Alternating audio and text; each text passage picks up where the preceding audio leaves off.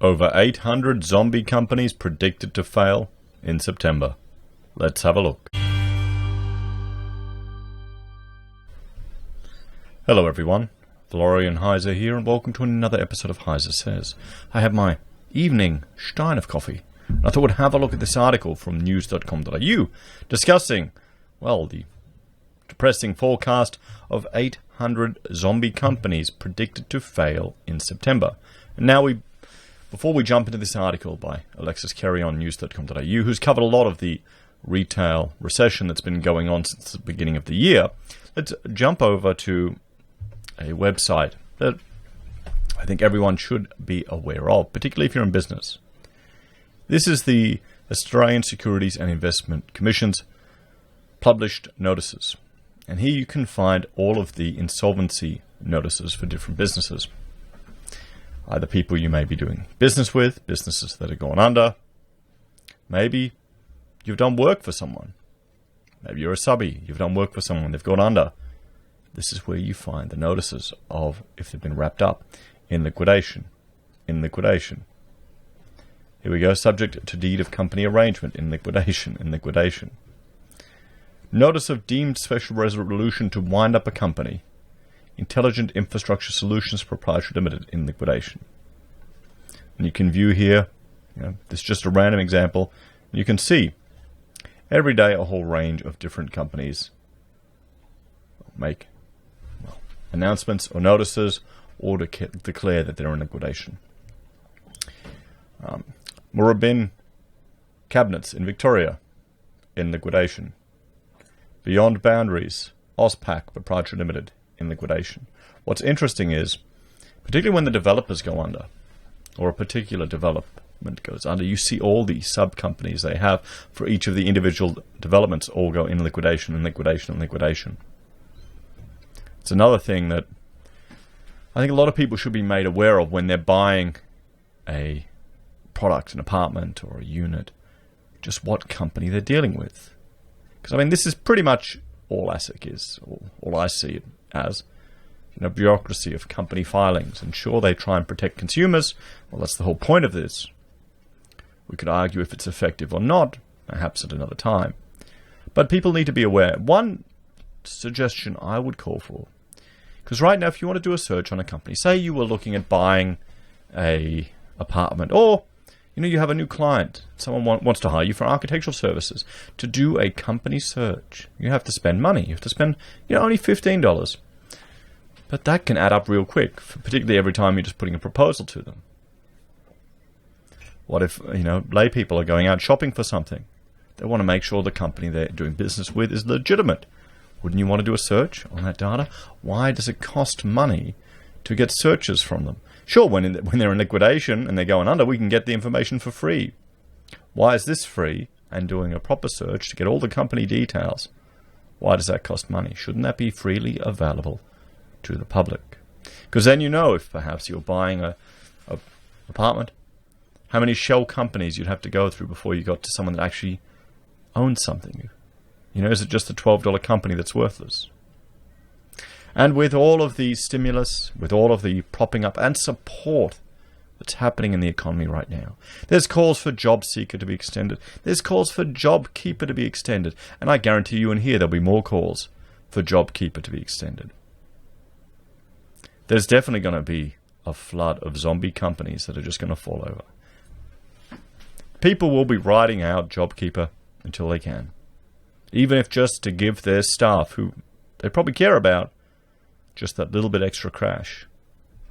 Hoping for that V-shaped recovery, which, considering Victoria has now entered a 6-week lockdown, and that's, Victoria and New South Wales are the majority of our economy in many regards, that's going to be a big bit of a hit. And that'll definitely put a dent in any hopes of a recovery. What do you think, everyone? Do you think the idea of free ASIC searches for people is valuable? Do you think it should be lobbied for? We only just recently got free access to the National Construction Code, the NCC. You can see it behind me at the beginning. This is, the code, the building code that is called up under the Building Act in various states. That makes it law. That means I'm legally required to fulfill the requirements in that code, in the National NCC, the National Construction Code, then in that code there are also Australian standards. And to get those standards, I have to pay money. Hundreds of dollars just to get access to a standard where I'd probably only need 1 or 2 lines in it. But because that's referenced in the NCC, which is referenced in the Building Act, that becomes de facto law. And I have to pay for it. So I know I'm going off on a tangent about zombie companies, but just the cost of legislation and paperwork is frustrating. And in a world of the internet, it is insane. How much does it cost to have a database now online? Nothing. Virtually nothing. So it's definitely going to be interesting to see what happens. So experts, and we'll have a look at those experts, have issued a grim warning that more than 800 Australian businesses could collapse within weeks once stimulus payments dries up. Now, is that a good thing or a bad thing? I mean, the government forced this lockdown now, and they've gone so hard they can't back off. Do you think they could turn around going, you know what, we've given this a try. It's actually going to be impossible to completely eliminate this in the foreseeable future. There's always going to be inherent risk, particularly from people coming overseas. So we're just going to go the Swedish model. We're going to use different ways to manage them. Do you think they could even do that now? The loss of face? Do you think Judge Dan could do it? And if you don't know what I'm talking about, have a look at my secret footage of the tower lockdowns you can find on the community tab here on my YouTube channel. So, there are renewed fears that hundreds of Australian companies could shut their doors in September when the government pulls much of its emergency stimulus spending. At the moment, the JobKeeper wage subsidy is due to end in late September, which is expected to spark a jump in the number of business insolvencies.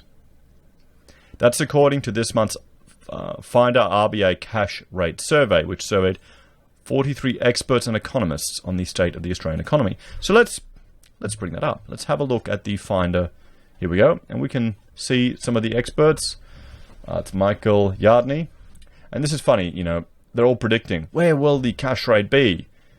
And, you know, he's right off the bat. You know, the RBA have indicated it will not raise interest rates until unemployment levels fall to around 4.5%. And this is many years away. He's 100% right there. So, I mean, all of them. You can see, I'll link to this. You know, hold. Everyone's saying it's hold. No one's going against the trend. But you can see here the range of experts. And if you want to see their individual takes on this, I mean, could be that the RBA keeps rate on hold until after Q4 2022. I mean, that's all we need to know. 4 years of rates on hold. 4 years of a cash rate so insanely low, everyone. So insanely low. I mean, well, I haven't updated my chart. I've just gotten too lazy to update this chart because it never changes anymore. According to the survey, several investment and credit reporting firms have warned that zombie companies, those artificially propped up by temporary pandemic stimulus, could collapse over the next 6 months as stimulus measures are reduced. Australian credit reporting agency Credit Watch revealed that around 550 insolvency actions were issued in April and May this year due to government stimulus relieving some pressure. But Graham Cook, Insights Manager at Finder, said many more are on the way this quarter. At this point, it's more a question of when than if many companies become insolvent, he said. Referring to them as zombies, kept alive only by taxpayer money, is a convenient way to remove the human component of the coming pain. Well, that's life. What the hell do people expect when they shut down the entire economy? When they lock down people, what was expected? Do you think it was just going to magically bounce back? Do you think people's behavior and consumer sentiment wouldn't take a hit? The people affected will not be the undead, but they will be those who were trying to cross the so-called bridge to the other side, only to find that they ran out of time. And this is, remember when we heard all the arguments that we're building a bridge to the future, a bridge to prosperity. Mr. Cook noted that around 800 insolvency actions were initiated in both February and March. Economists aren't predicting an enormous influx of insolvencies right away in September, but the 800 prediction is deceptive because many expect the worst to come in the months that follow, he said. That's it. I've said that in previous videos too. I think we're going to really see the pain of this in February. This is going to be an interesting year, everyone. We're entering a recession for the first time in the memory of a large portion of the workforce. I only remember the last recession as a child. You know? And as my 4-year-old said, you know, Daddy, are you getting old? Are you going to die soon? I'm not even 40, Frederick. CreditWatch CEO Patrick Coughlin said, while there have been some positive economic signs recently, more pain was a certainty. While positive sentiment has increased in recent weeks as the economy and trade starts to open up, the big concern is what happens in and around September when the stimulus packages potentially come to an end. JobKeeper, JobSeeker, rent abatement, home loan repayment, reprieves, insolvency, bankruptcy legislation, and safe harbor changes, he said. There will be a serious shock to the economy as people are once again forced to start paying the bills and stop receiving government incentives. At this time, business owners will need to start taking a serious look into the mirror and asking themselves whether their business has the capacity to survive. Currently, there are plenty of businesses out there that should be initiating wind-up or at least engaging with a restructuring specialist or banker. Well, yeah, now would be the time. Now would be the time to be cutting. Now would be the time to doing everything you can to be as lean a machine as possible to potentially push through.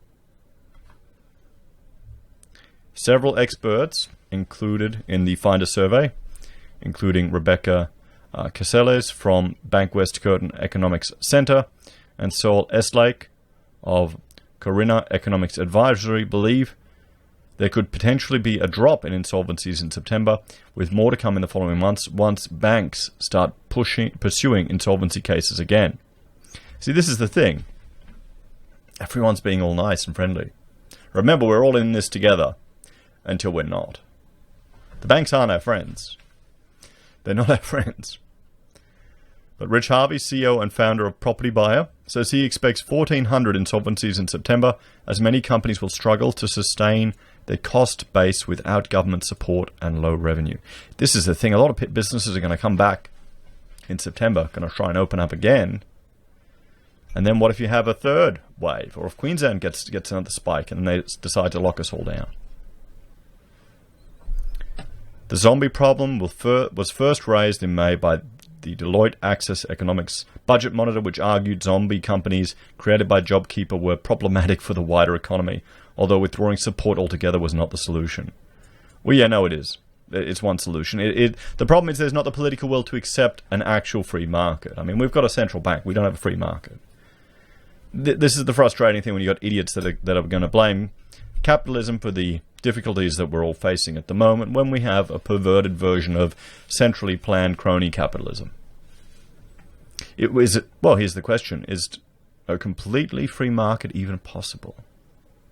Is it even possible? Be nice to try it, at least once or twice.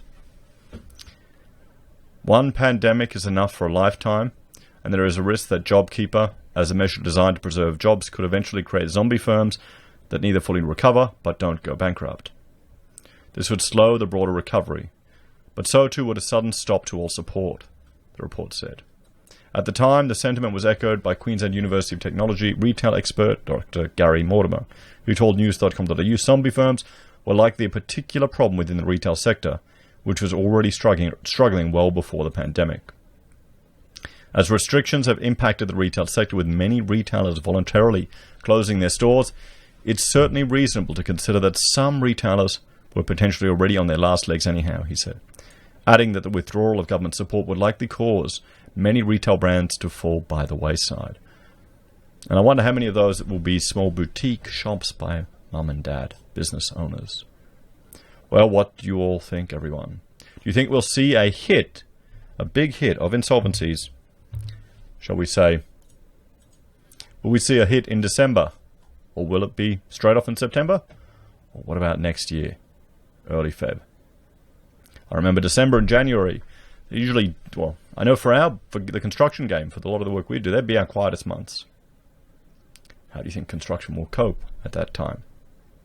As always, please let me know your thoughts and opinions in the comments below. Do you know people that are working in zombie businesses? Are you yourself? Or do you have one? What are you doing to plan for the future? And what advice would you give other people? Thanks for watching. Please like, share, and subscribe to the channel. If you're a fan and want to support us a little bit extra, there are a few ways you can. You can join us on YouTube or Patreon. You can support us via using our affiliate links at Amazon, eBay, Independent Reserve, or Kucoin. You can buy a merch from HeiseSays. You can support us using Gold Pass from the Perth Mint, or via PayPal. Thanks, everyone. I'll see you next time.